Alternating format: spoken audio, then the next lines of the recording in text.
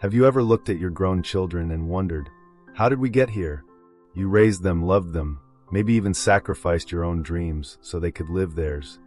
And yet now something feels off. Maybe they don't call anymore. Maybe they snap at you when you offer advice. Maybe they've made you feel like you're in the way. If you've ever felt that quiet sting, when your child says something that cuts deeper than they realize, or worse, when they don't say anything at all, you are absolutely not alone. Aging brings so many changes.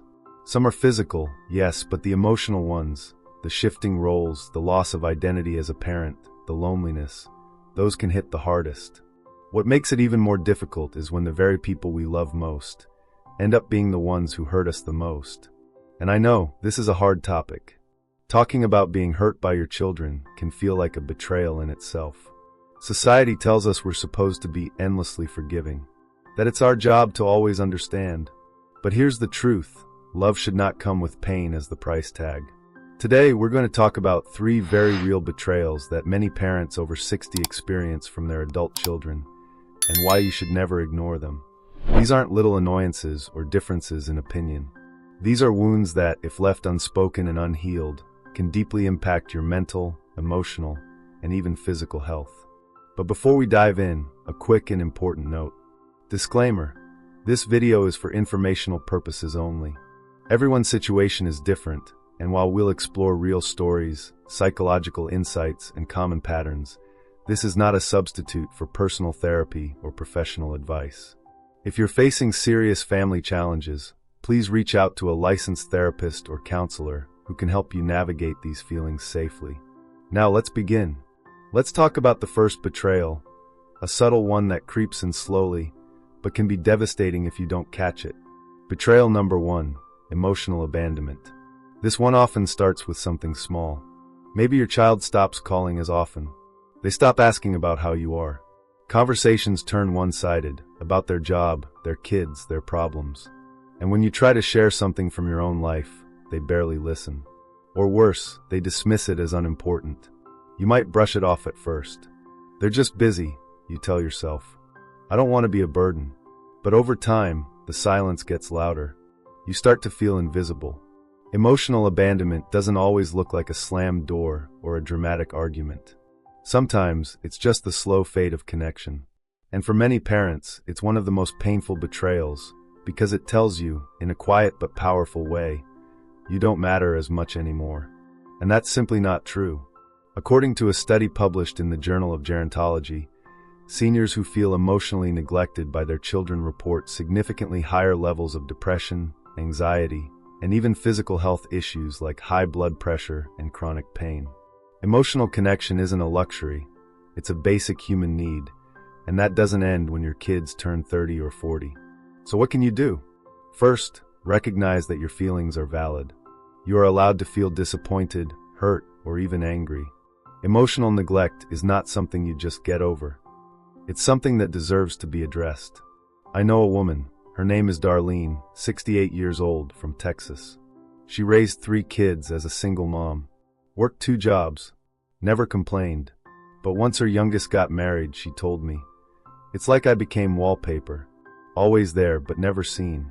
One day, she decided to write each of her kids a letter, not a guilt trip, but a heartfelt message about how she was feeling. She told them she missed being a part of their lives, that she wanted to be there, but not as an afterthought. And you know what? 2 of them responded with surprise. They had no idea she felt that way. Sometimes, our children get so caught up in their own lives, they don't realize what they're doing. And yes, sometimes they do know. That brings us to the second betrayal. Betrayal number 2, disrespect and dismissiveness. This one stings in a different way. It's not just about being forgotten. It's about being treated like you're no longer wise or capable or worthy of respect. Maybe they cut you off mid-sentence, roll their eyes when you share your opinion, say things like, "You wouldn't understand," or "That's not how the world works anymore." It's subtle, but the message is clear. Your thoughts don't matter. That is not okay. Disrespect, especially from someone you love and raised, is not something to brush under the rug. And yet, so many seniors do, because they don't want to rock the boat, because they're afraid of pushing their children even further away. But here's something powerful. You can set boundaries with love. In fact, setting boundaries is one of the most loving things you can do, not just for yourself, but for your children too. Because when you allow disrespect, you're teaching them that it's acceptable. You're silently telling them that their behavior doesn't need to change. But when you say, "I don't feel respected when you speak to me like that," or "I want to have conversations where we both feel heard," you're modeling emotional maturity. You're giving them a chance to grow. And yes, sometimes they don't take that opportunity. Sometimes they get defensive. And that's painful. But at least you've stood for your own dignity. That matters. You matter. Science backs this up. A study from the University of California found that seniors who maintain healthy boundaries with adult children report higher levels of self-esteem, better mental health, and improved relationships overall. Boundaries aren't walls, they're bridges. They show where love can grow with respect. Before we wrap this part, I want to leave you with this thought. If you've experienced emotional abandonment or disrespect, it doesn't mean you've failed as a parent. It doesn't mean your child is bad either. It means the relationship has shifted, and now it's time to reset it. In part 2, we'll dive into the third betrayal, perhaps the most painful of all, and talk about how to respond when your children not only hurt you, but blame you for their own pain. And trust me, what we'll talk about next might surprise you, but it could be the most freeing shift you've ever made. Let's continue. So far, we've talked about emotional abandonment and disrespect, two painful betrayals that often go unspoken but can leave lasting scars. Now, I want to talk about the third betrayal. And this one, it's the hardest, because it not only wounds your heart, it challenges your identity as a parent. Betrayal number 3, blame and rewritten history. Have you ever been blamed for something from decades ago? Something you thought had been forgiven, or maybe something you never even realized caused pain.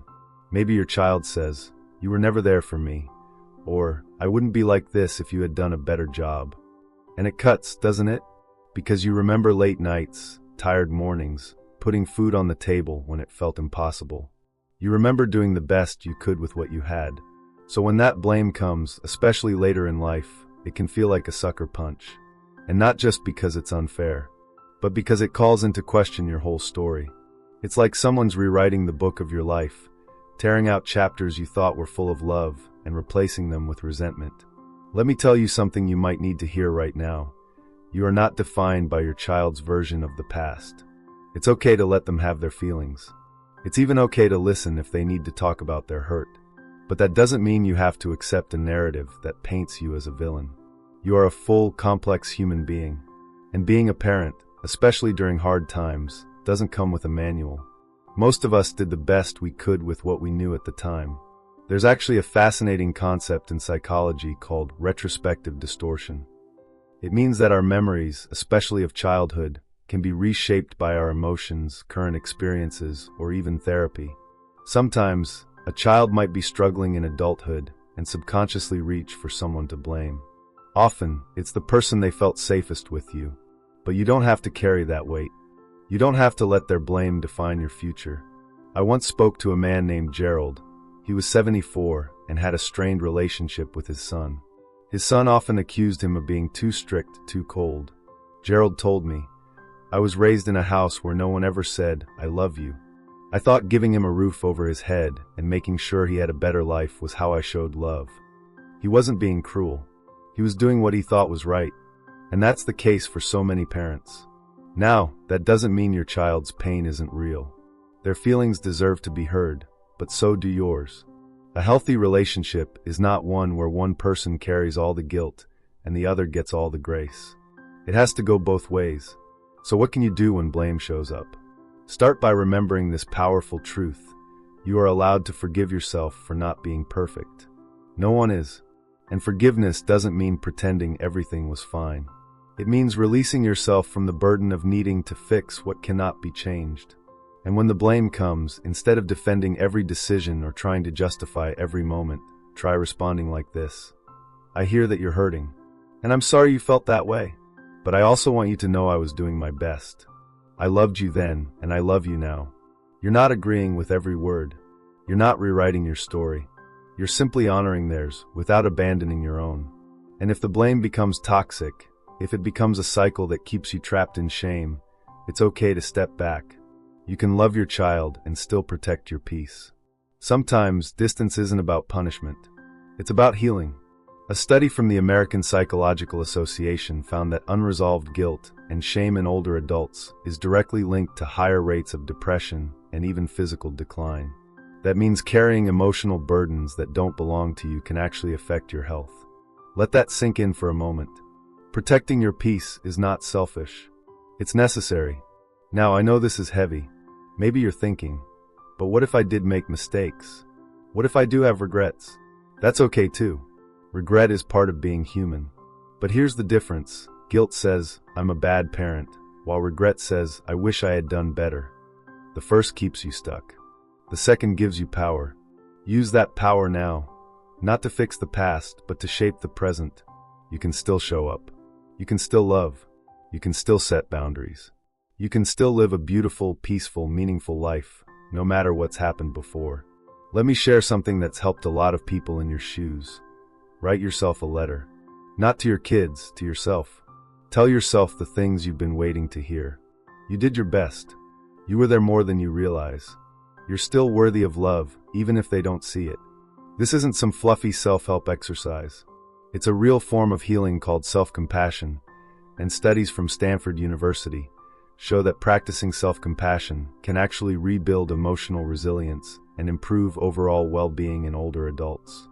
You don't have to stay stuck in pain just because someone you love put you there. You can choose to climb out of it, slowly, gently, one kind word at a time. And here's the beautiful part. When you start healing, something strange often happens. People notice. Sometimes your children do come around. Sometimes they soften. Sometimes they realize the hurt they caused. Not always, but sometimes. And even if they don't, you've already won.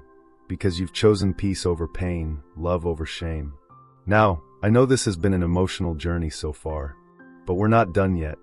In part 3, we're going to talk about how to move forward, not just in your relationship with your children, but within yourself. We'll explore how to rebuild confidence, restore your emotional strength, and reclaim the joy and dignity you deserve. And if you've ever felt like your best days were behind you, what we're about to discuss might just change your mind. Before we go any further, if you're finding this conversation helpful or even just comforting, I want to invite you to subscribe to this channel. We share videos like this every week, focused on your well-being, your strength, and your ability to live fully, no matter your age. If this message is resonating with you, you're not alone, and we're here for you. Now let's talk about something just as important as recognizing betrayal. What comes next? Because awareness is powerful, yes, but healing, rebuilding, and reclaiming your life, that's where your power truly lives. So many people over 60 come to a crossroads. You've given your life to your family, your time, your sacrifices, your love. And when one or more of your children hurts you deeply, it can feel like everything you poured into them was for nothing. Like all the effort didn't matter. But that's not true. Here's a truth I want you to sit with. What you gave still matters. Even if they didn't appreciate it. Even if they forgot it. Even if they turned away from it. Your love still had weight. Your sacrifices still had meaning. Now is the time to start asking a new kind of question. Not why did they hurt me? But how can I begin to love myself again? Because betrayal, especially from your own children, doesn't just break your heart. It can shatter your identity. That's why this next step is about rebuilding, not the relationship necessarily, but your sense of self. Let's start with something that often feels missing after betrayal: confidence. Confidence in your role, in your voice, in your value. One of the most powerful things you can do, starting today, is to reconnect with your purpose outside of parenting. That might sound strange, but when your children were younger, they probably became your whole world. And that's natural. But now you get to rediscover who you are, not as mom, not as dad, but as you. I once met a woman named Diane. She was 68 when her youngest daughter cut off contact. No explanation, no conversation, just silence. For years, Diane tried everything: letters, gifts, family therapy. Nothing worked. Eventually, she hit a breaking point. She told me, I realized I was spending all my time trying to earn love that should have been given freely. So she did something bold. She stopped chasing. She joined a local hiking group. She started volunteering at a community garden. She reconnected with old friends. And slowly something changed. Her posture, her energy, her smile. One day she said, "I thought I lost my identity when I lost my relationship with my daughter. But really, I found it again." That's the kind of strength that lives inside of you too. And I know some of you might be thinking, that sounds good, but I don't have the energy anymore. I'm too old to start over. But here's the thing, you don't need to start over. You just need to start choosing yourself again. In small daily ways. Go for a morning walk. Learn something new. Pick up a book, write in a journal, paint, sing, dance. Yes, even in your kitchen. It doesn't have to be grand to be powerful. What matters is that you're reminding yourself, I matter. I'm still here. And I still get to live. And the science backs this up. Research from the University of California shows that engaging in creative or purposeful activities later in life significantly boosts self-esteem, reduces depression, and even improves cognitive health. You're not just healing your heart, you're supporting your brain, your body, your whole being. But I get it, it's not always easy. Sometimes the pain still creeps in. The lonely moments, the holidays, the birthdays, the silence. And in those moments, I want you to remember this. You are allowed to grieve what should have been and still be grateful for what is. These two things can live side by side. You can feel the ache and still find joy. You can carry the wound and still dance with peace. Now let's talk about something that often gets overlooked in conversations like this, emotional boundaries. Because when love is used as a weapon or withheld as punishment, you have every right to say, enough. Setting boundaries doesn't mean cutting people off completely, though in some cases that may be necessary. It means deciding what energy you allow into your life, what behaviors you tolerate, and what kind of treatment you accept moving forward. This might look like choosing not to answer hostile phone calls, politely declining invitations that come with manipulation, a saying no without guilt, a saying yes only when it serves your peace. You don't have to explain your boundaries to anyone who refuses to respect them. You just have to uphold them. And guess what? The more you do, the more your self-worth begins to rebuild itself. A recent study from the Journal of Gerontology found that older adults who practice assertiveness and set healthy boundaries experience significantly lower levels of anxiety and depression, especially those navigating difficult family dynamics. So here's your reminder, setting boundaries is not being unkind. It's being clear about your worth. And if that feels hard, just start small. One sentence, one action, one moment where you choose peace over people-pleasing. This is where true healing begins. Not from others, not from your children, but from within. Because yes, they betrayed your trust. Yes, they hurt you. But you are not broken. You are not done. You are not unloved. You are whole. And in part 4, we're going to bring all of this together. We'll talk about how to find lasting peace, offer yourself deep compassion, and how, if you're ready, you can build new, healthier connections in your life that fill the space where pain used to live. So stay with me. The final chapter might just be the most powerful one yet. Now that we've explored the pain of betrayal, how it hurts, how it affects you emotionally, and how to begin reclaiming your life, it's time to look ahead. The road to healing may not always be smooth, but there's a powerful truth you need to know. You have the strength to rebuild, to move forward, and to live the life you deserve.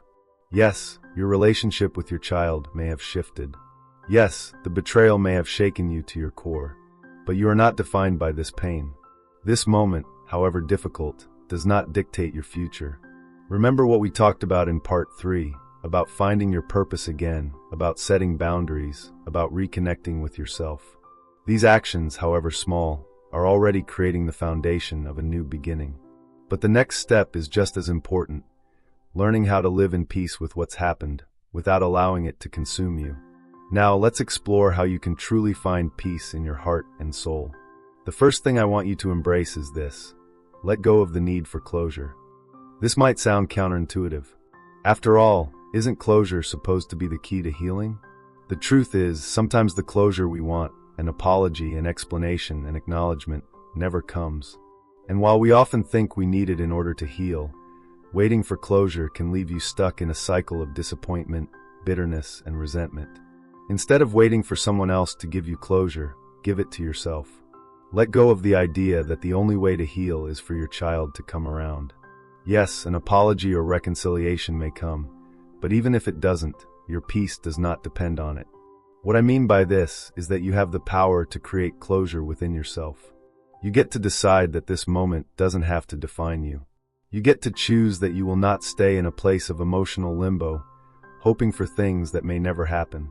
By letting go of the expectation that someone else's actions will make you whole, you open the door to your own peace. One woman I spoke to, Carol, told me how she used to wait by the phone every year for her son to call on her birthday. It was painful because year after year the call never came. Finally, one year, she decided to stop waiting. Instead of feeling disappointed, she took herself out to dinner, bought herself a beautiful gift, and celebrated her life. She said to me, "I realized that my worth wasn't tied to his love or his recognition. I can love myself and celebrate my life, even without his validation. That's true freedom." And let me tell you something. When Carol stopped waiting for closure, when she stopped expecting others to heal her, she found peace in ways she never imagined. And here's the beauty of it. This peace, this closure, will set you free to love again. Not just others, but yourself too. Now let's talk about something else that is equally important, giving yourself permission to find joy again. After betrayal, especially from someone you love so deeply, it can feel almost impossible to feel joy. There's a part of you that might wonder, how can I be happy when this hurt is still so fresh? The truth is, it's okay to feel both hurt and joy at the same time. And here's why this is important. Finding joy again is not about forgetting the hurt. It's about reclaiming your right to live fully. Many seniors I speak with often tell me they don't want to burden their children by seeking happiness elsewhere. But here's the truth you need to hear. Your happiness is not a burden. It's a gift you give to yourself and to those around you. When you find joy in other things, through friendships, hobbies, or new passions, you become a beacon of light, not just for yourself, but for those you love. It's proof that even after pain, life can still be beautiful. One thing I suggest is to start with one small act of joy every day. Maybe it's spending a few minutes outside in the sunshine. Maybe it's watching a movie that makes you laugh. Maybe it's connecting with a friend you haven't spoken to in a while. These small moments of joy can feel like a lifeline, helping you rebuild the sense of happiness that betrayal tried to steal from you. It won't erase the hurt, but it will show you that there's still a reason to smile, still a reason to live fully. Now let's turn our focus to rebuilding your relationship with yourself. Because as much as we talk about healing relationships with others, true healing starts from within. Self-compassion is key. And I know this can be hard, especially after feeling betrayed by someone you loved. But hear me out. You deserve to treat yourself with the same kindness and care that you would offer a friend who's been through something similar. You are not your mistakes. You are not your failures. You are not the hurtful words that may have been said. You are a person worthy of love, of respect, and of peace. A powerful tool for self-compassion is simple mindfulness. Take time each day, just a few minutes, to center yourself. Breathe deeply. Remind yourself of your worth. Journal your feelings. And above all, be kind to yourself. It's not about pretending the hurt didn't happen, but about choosing to be gentle with your heart as you heal. And here's something I want to leave you with as we close. You are never too old to build a life of love, peace, and purpose. Some might say that the best years are behind you, but I believe that the best years are always ahead of you. No matter what age you are, no matter how much time has passed, you are still capable of growth, joy, and transformation. If you've learned anything from today's video, I hope it's that you are more resilient than you realize. The love you've given has not been wasted. Your strength has not been diminished. You have so much more to offer, and it's never too late to build the life you've always wanted. So as you move forward, carry this truth with you. You are worthy of love, of peace, and of a joyful, fulfilled life, no matter your past. I hope this video gave you some comfort, some clarity, and maybe even some hope. If it did, I'd love to hear your thoughts. Leave a comment below, and don't forget to subscribe to our channel for more empowering conversations. Here's to living fully, to healing, and to moving forward, no matter what. Thank you for being here, and I look forward to seeing you in the next video.